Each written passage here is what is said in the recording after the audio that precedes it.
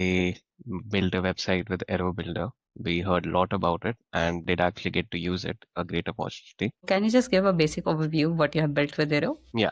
So this is the website that I built with using Aero Builder. So my motivation behind this was basically that I wanted to build a website that could sort of ingest a GitHub repository or like a zip or your code in a zip file, and it could quickly understand what that code is doing or how it's working or maybe some of the bad commits that a person made, some mistakes that are present, some good practices that the person used, basically to get a brief overview of the repository itself for people who are just getting into actually knowing the repository, because repositories spawn for thousands of lines and it's difficult to just go through them manually. Actual agent connected to this? No, not right now. There isn't. Right now, this is actually pretty, I think this is hard coded more or less. So, for example, if I use any repository here and then analyze that repository, this is what, after the analysis, this is what it would look like. So, it would give an overview Okay. of critical issues, what are some priority issues that should be resolved,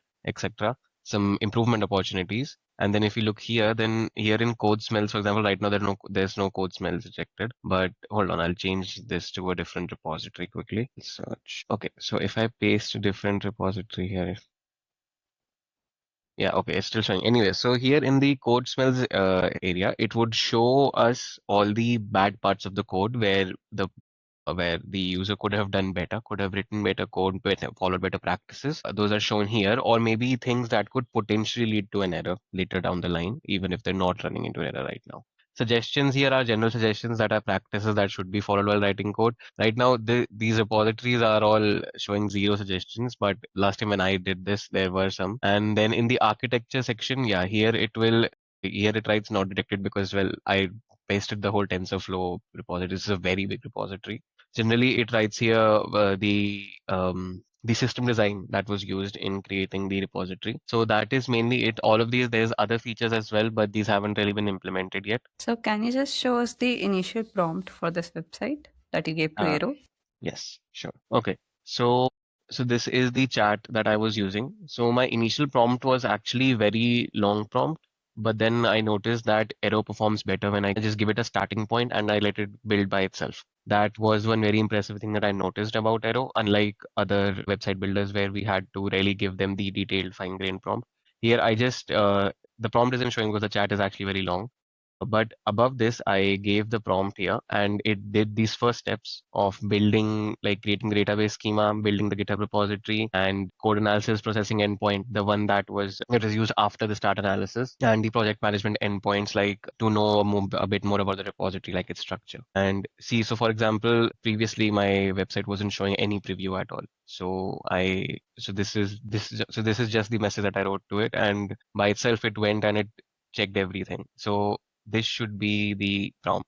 I just gave this prompt. So on this base prompt, you worked further with further prompts, right, to build this website? Yes. Okay. And how So much prompts did it take you?